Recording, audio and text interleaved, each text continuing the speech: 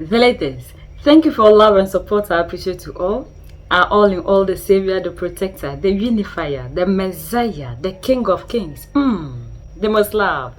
Captain Ibrahim Traore had an interview and he brought out a lot of things. According to Captain Ibrahim Traore, these people have rewritten the history of Africa. Today, we Africans do not even know our history. And that is why we don't know our identity. Because they have decided to package things to suit themselves. He also went ahead and told us that we are not even aware that when these people went for their war, it was Africans they sent.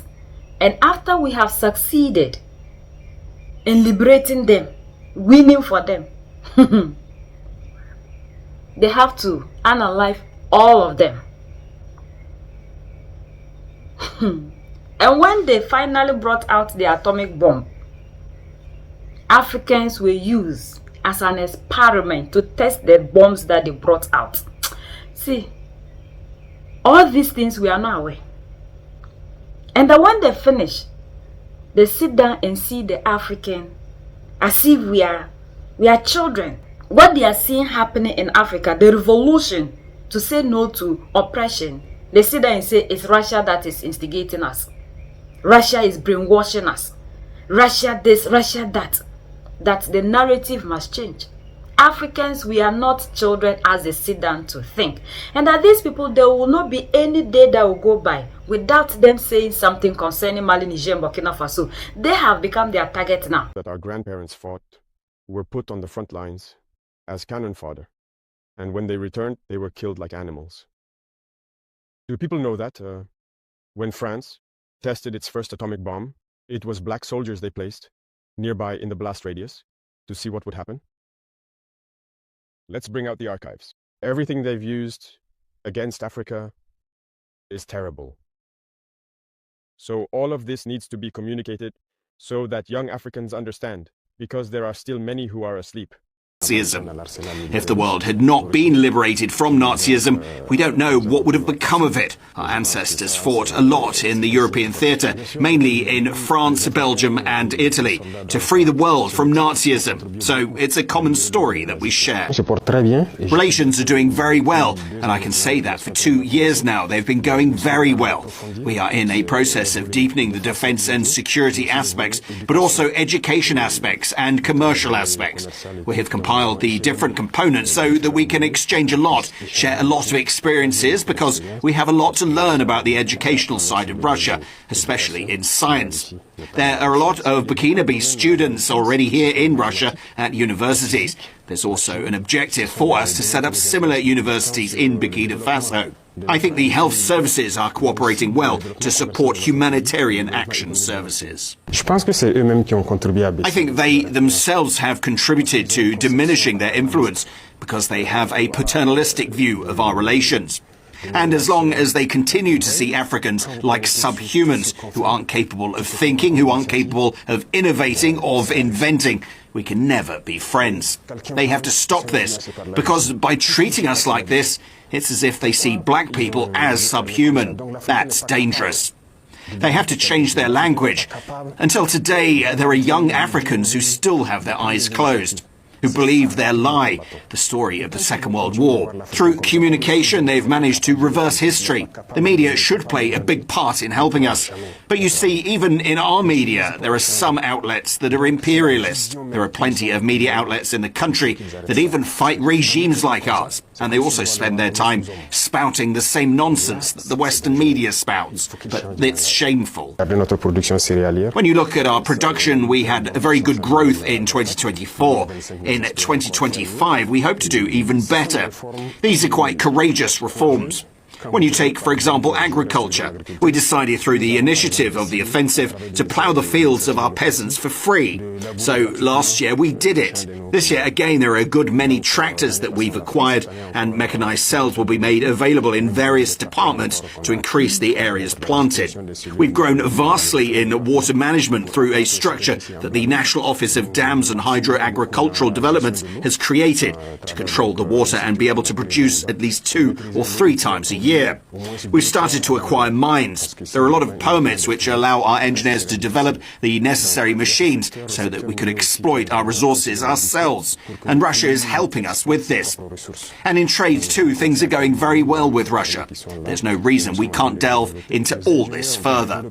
The terrorists are reinforced by many foreign fighters who come from elsewhere, who aren't actually... When I take the case of Burkina Faso, there are many criminals who are in Burkina, but who aren't Burkinabe. There are also trainers who come from many countries to teach them many techniques. But it's not terrorism, it's imperialism. All the imperialist countries are funding these fighters. Their goal is to keep us in a permanent war, to prevent us from developing and continuing to plunder our research. All this is to continue to keep us in a situation of insecurity. But we're taking stock of the situation, we're adapting each time to their mode of action, and we'll continue the fight until we reclaim the... I think they themselves contributed to diminishing their own influence, because they have a paternalistic view of our relationship. You see, whenever you look at everything we do, every initiative we take, it's always about Russia. Someone speaks and they say they're influenced by Russia. Everything that happens, it's Russia. Why do they have their eyes closed like that? So Africans aren't capable of developing anything. Africans aren't capable of inventing, innovating, or taking initiatives. That's what we're fighting against. And look at their speeches. Look at their speeches. Even the French president, always in his speeches, says that young Africans are influenced by Russia. It said, and if you listen to Western media, they spend all their time lying. And look today, the AES, which is a model that's starting to take shape, they can't go a single day without talking about Burkina or the AES. It's impossible for them. And every time they try to spread information, to divide, to manipulate the youth. But it doesn't work anymore. I think people are aware enough. Now people have their eyes open. Through communication, they managed to rewrite history. And as for African history, they schemed everything to spread lies. As a result, some young Africans don't even know the history of Africa or what Africa has accomplished. Some don't even know that our grandparents fought, were put on the front lines as cannon fodder. And when they returned, they were killed like animals. Do people know that when France tested its first atomic bomb, it was black soldiers they placed nearby in the blast radius to see what would happen? Let's bring out the archives. Everything they've used against Africa is terrible. So all of this needs to be communicated so that young Africans understand, because there are still many who are asleep and continue to speak on behalf of the imperialists. Whatever they're told to say, they do it. Maybe it's because, well, they're given something, I don't know. But Africans need to understand their history and wake up. So that's our fight as well. My biggest regret is having spent a good part of my youth listening to radio stations like RFI and France 24. I've been in countries where those radio stations were shut down. But we would use apps to record their news broadcasts so we could listen. But at some point, something clicked. I started to realize that they were conditioning our minds to accept what they wanted. It's their narrative that they want us to learn. And since then, I've started to see things for what they are. And I understood that what they're doing is very dangerous.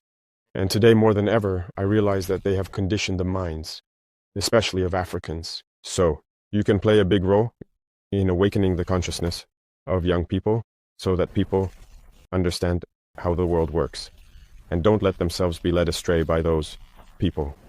Their medias must always have something to say about Mali, Niger, and Burkina Faso. That these people had the tactics.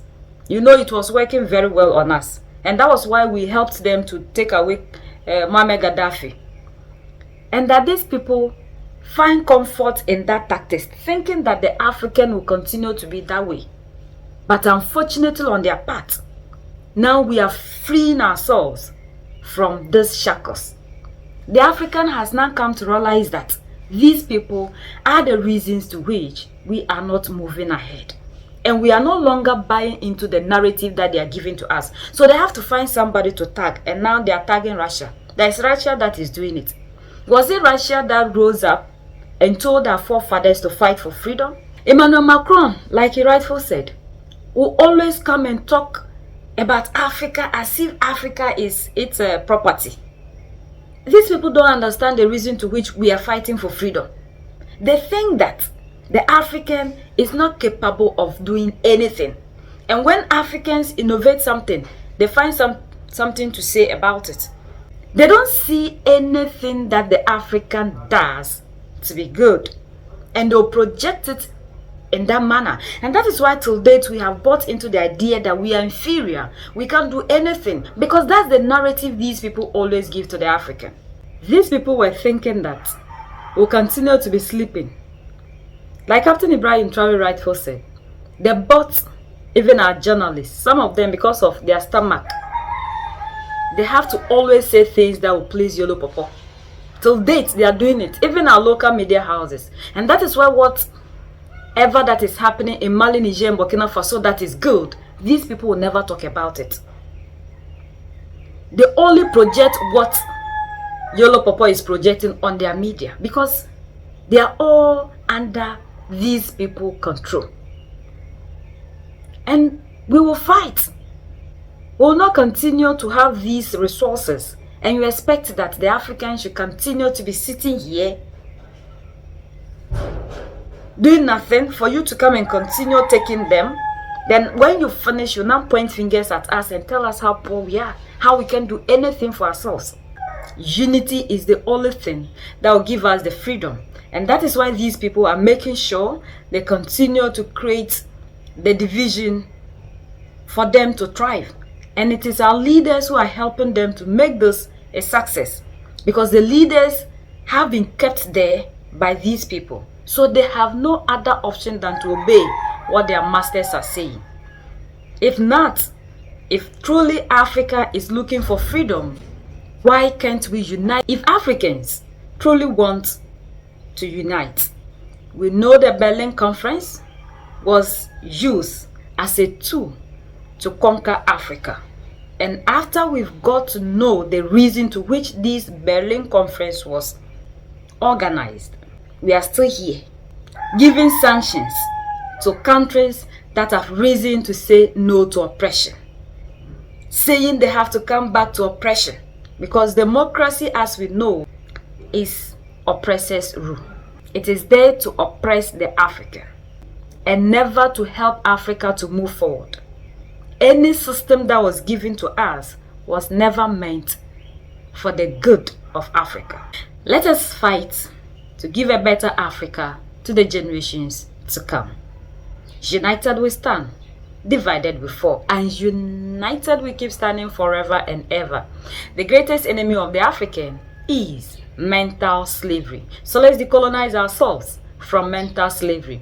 Let's keep sharing to educate our brothers and sisters. Together we make African great for ourselves and the next generations that are going to come. So that's the latest around the world, in Africa, West Africa, and in Burkina Faso.